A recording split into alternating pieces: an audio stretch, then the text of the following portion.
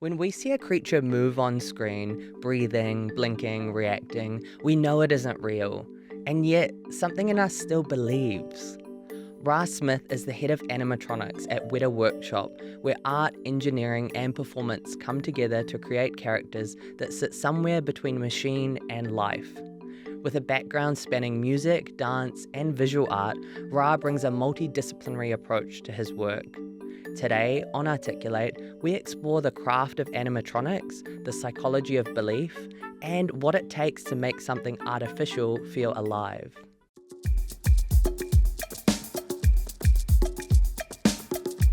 Hello, Ra. Welcome. Thank you so much for coming in today to our studio. So Thank you nice for to have you having here. Yes, nice to be here. I thought a good place, Ra, to start for this interview because this is all kind of animatronics today. You're the head of animatronics at Wētā Workshop here in Monique, Wellington.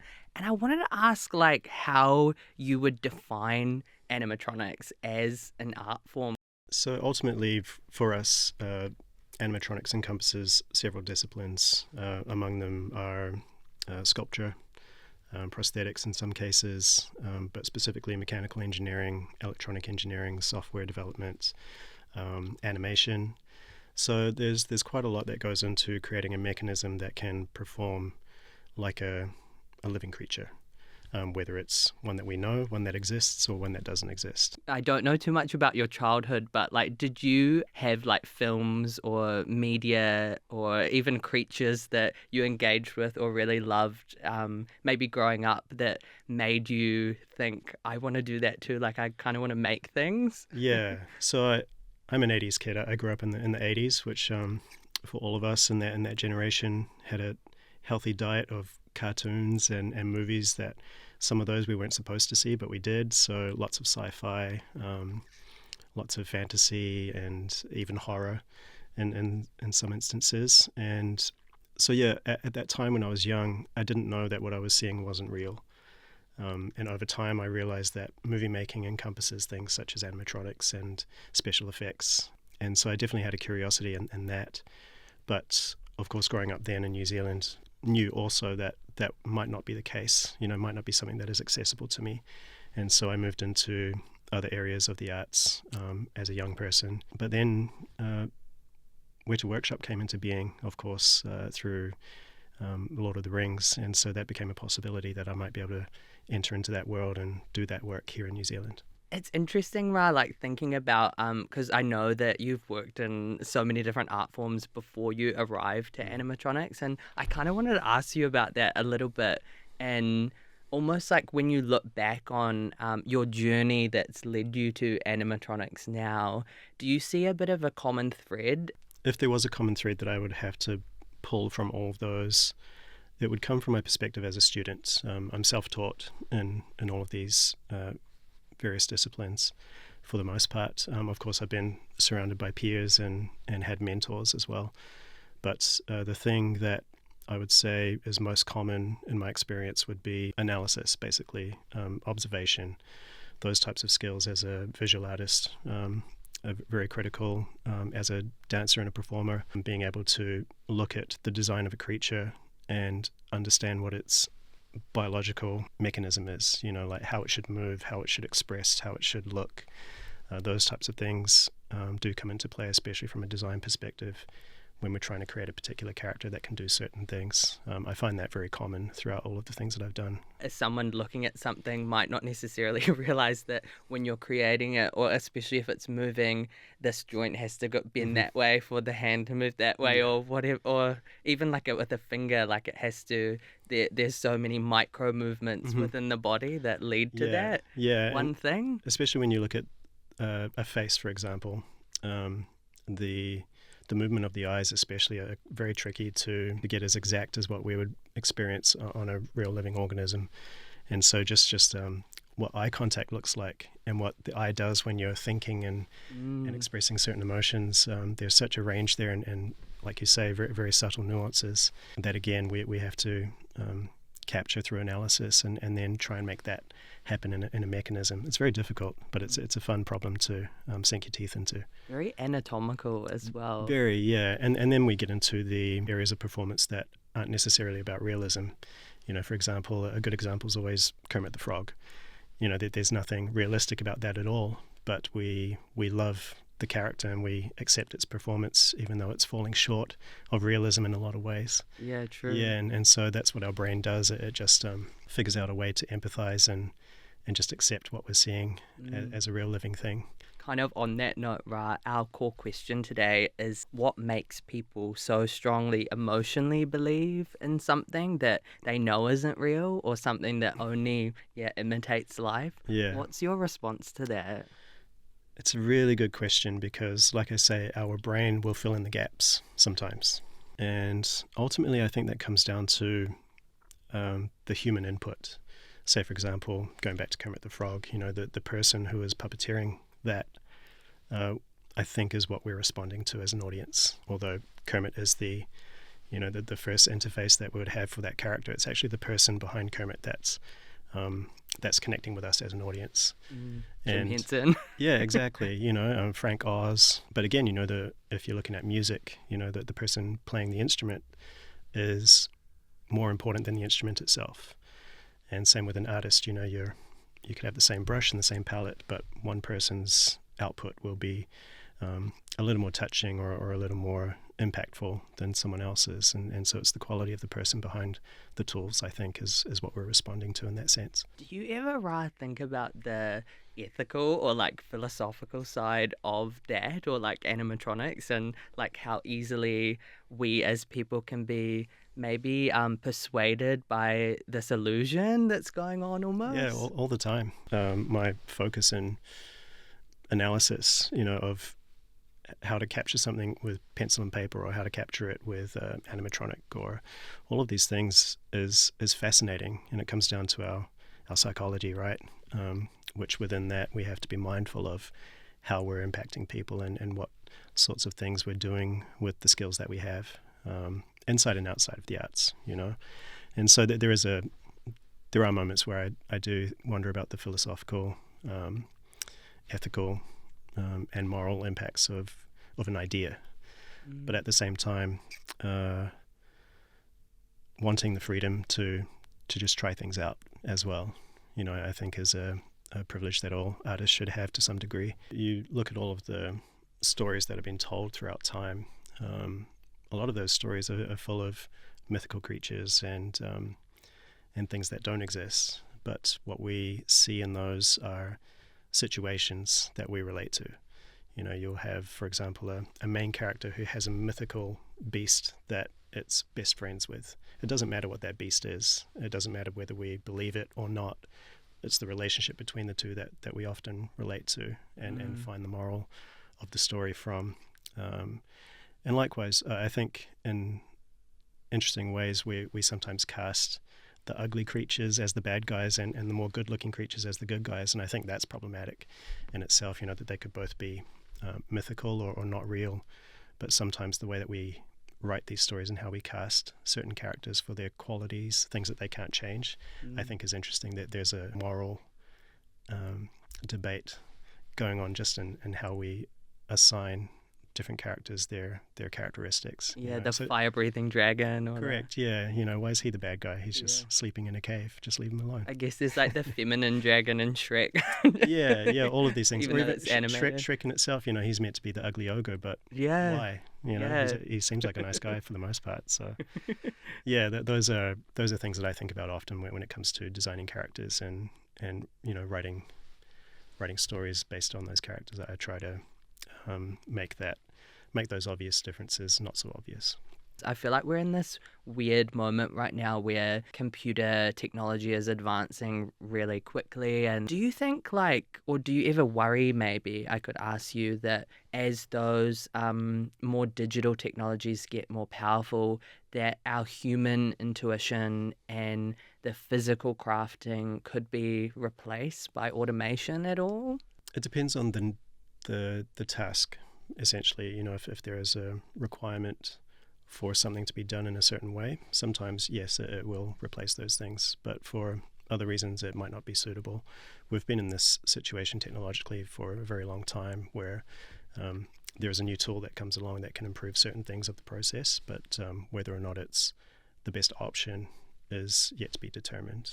So I think there's always a place, especially in the work that we do at Wētā Workshop. We're very practical. We're always going to need to make something physical, and so it will not replace all aspects of what we do in terms of that pipeline. And in fact, it's likely that we'll just end up using aspects of it while we do the things that we're already very good at. 3D printing, for example, is something that we use, but it hasn't replaced other manufacturing methods that we've always used. CGI, for example, in the industry, that's become an incredibly powerful tool that's created work for a lot of people.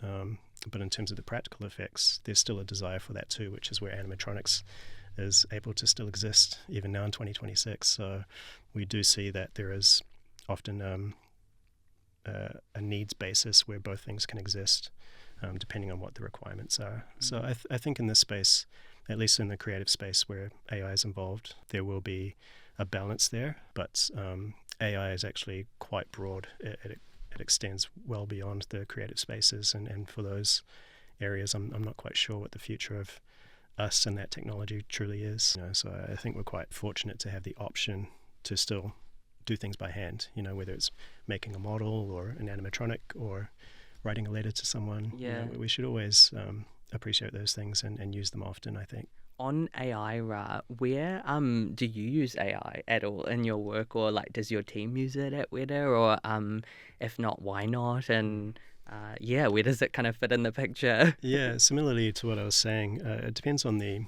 requirement. For example, often it's a requirement that we don't use it, depending on the client or depending on the project. That's one aspect where it's decided for us. We've used it before, generally as tests to see if it's the right solution for a certain problem. But for what we do, often it's not going to do everything that we need. And so we still work very traditionally, especially in the animatronics space. We have a dedicated software development person. With electronics, of course, we still do our own PCB design, mechanical design as well. We all do with the team and their skills. So I don't see that it will be useful for us anytime soon, but there's always the possibility. Again, it just depends on the brief and the application and what those constraints are. We're always open to new technologies. For example, Wētā Workshop purchased one of the first silicon graphics computers back in the day. Yes. And we adopted 3D printing quite early in the game. So we do find ways to properly use these technologies, but at the same time, looking after the artisan craft skills that we have within the building. What do you think, Ra, could be lost if creatures or characters were only digital? I guess there's two things there. There's the ones that are made by people, and by that I'm referring to CGI, where there's human design and everything about the process is human-led. With AI, for example, with a few prompts, it could make a bunch of decisions by itself and then give you something. The quality of that something might look amazing, but it would have a bunch of characteristics about it that we just know are slightly off, enough to read that this is probably AI generated, for example. And within that, I think, is where we lose stuff. We almost get a homogeneous output, and I think that's what's probably one of the first risks of this automated process of digital creation in general. When it comes to creatures, I think a little bit of that too. What we are seeing are some very interesting anomalies in these outputs, though, which I think might inform some of the more hands-on processes. So there could be a benefit to seeing what the outputs are, so we can assess them better and either refine or reject the process. I think that's important just for us, again, our process of analysis, to decide what we want from it and how we should go about it going into the future. If we're talking about animatronics, there's a huge benefit to having a real object in the room to interact with, to play with. It involves so many other people that will influence the final outcome. For example, the puppeteer that I mentioned earlier have an incredible effect on what that character is, besides the object itself. And if we're looking at a digital character, we rely heavily on motion capture in some cases, but also voice performance. So long as there's a human input at some point in that process, I think we'll be okay. What are the most important lessons, I wanted to ask, for maybe a younger artist to take from working with you and or your team? Like maybe someone who's just starting out in this field, what would you want them to know? I guess there's a couple of things within that. In terms of skill set, we work very well with people that are adaptable, not just in terms of applied skills, but even demeanor, just how you're able to handle pressure, how you're able to communicate with various different types of people, how you're able to think rationally and pragmatically. Often we're not able to implement the things that we want all the time because of all of these constraints. And so what we do is we make very sober assessments of what is possible and what is best. Somebody who can think in those ways and behave in those ways amongst a group of people are very attractive for working in that space. When it comes to skill set, again, very adaptable. We're primarily makers, and so we work a lot with power tools and hand tools, and we get grubby and we stay up, late nights and work a million days and consecutively. And there are moments like that where our physical resilience and our mental resilience is critical. One, for safety, so that we don't make dangerous mistakes, but two, so we can always stay aligned to the brief. So these are all very, very important things that we look for first before we look for, how well someone can draw a person's face, or which is their favorite Pokemon, or which are factors. But we do appreciate the artisan skills that someone brings. We try to look at where they can be applied and what gaps in our own repertoire we can fill. So yeah, it's quite a mix. We do some work in the film industry, and we do a lot of work in immersive experiences. So things like museums and places that the public can interact with what we do. And so within that spread, we have to think quite laterally about the problems we're solving and utilize a wide array of not only tools, materials, skills, but a collection of solutions from the past and things that haven't been invented yet. That whole spectrum of problem solving and potential is essentially what we're doing on a daily basis. We can sometimes see that in someone quite easily, but it is hard to find those people. What about if you had no technological or budget limit, Ra? What kind of creature or animatronic experience would you love to make? Oh, if I had an unlimited budget, I would retire. That's what I'd do. I wouldn't build anything. I'd just stop. But no, I actually have an existing idea. It's for a private work, which involves a combination of mechanical assemblies, LED displays, lights, and music. It's a private space for a limited group of people to view, and what is being displayed changes often. But it's quite an expensive endeavor because of the technology involved and the setup. What it allows is the flexibility for that space to change at a moment's notice. So that's what I would do personally. You use that up? Okay. Interesting. Yeah. I think just lastly, Ra, you might have put in an object from your creative life to share with us today. I have. Can you tell us what it is and what's the story behind it? I was actually struggling to think of something that was significant, but this was on my coffee table. It's a booklet. Wow. And what is it a comic? It's an artwork. Yeah, so this is important for a number of reasons. First of all, my friend Nick, he made this booklet, and it's basically the process that I went through to make this painting. You drew these? Yeah. Oh, cool. Yeah, and so this is the step-by-step process getting to this painting here, which I gifted to him on his 40th birthday. And so this was significant to me, one, because it was a gift to him, but also it was one of my first paintings that I'd done in about 10 years. Oh my gosh. Because I had a long break from it. And so this was kind of like my reunion piece. And on top of that, one of his friends, who became one of my friends, was at the party and asked Nick, who painted this? Oh. And he said, it's my neighbor, Ra. And that person was actually working at Wētā workshop, and he asked if I'd like to work there. Oh, no way. From this painting. So that's actually how I got into the work that I'm doing now. So was it this work? This one, yeah. That is incredible. And what is it of? So these are X-Men characters. There's 3 faces, I can see. So these are all villains from the X-Men comic book series, which my friend Nick is a huge fan of. So. And I'm guessing you are too? Yeah. I grew up on this stuff. And so, this painting, funnily enough, led me to the work that I'm doing right now. I love it. Yeah.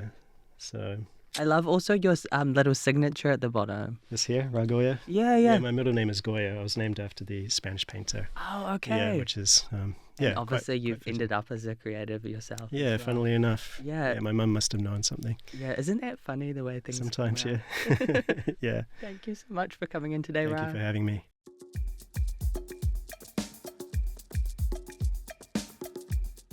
Animatronics lives in that in-between space where mechanics meet emotion and where something constructed can still carry a sense of presence. As Ra reminds us, belief is as much about the audience as it is the craft. I'm André Chumko, and this was Articulate. Thanks for joining us for another conversation at the intersection of creativity and culture. For our episode archive, visit thepost.co.nz/articulate. I'll see you next time.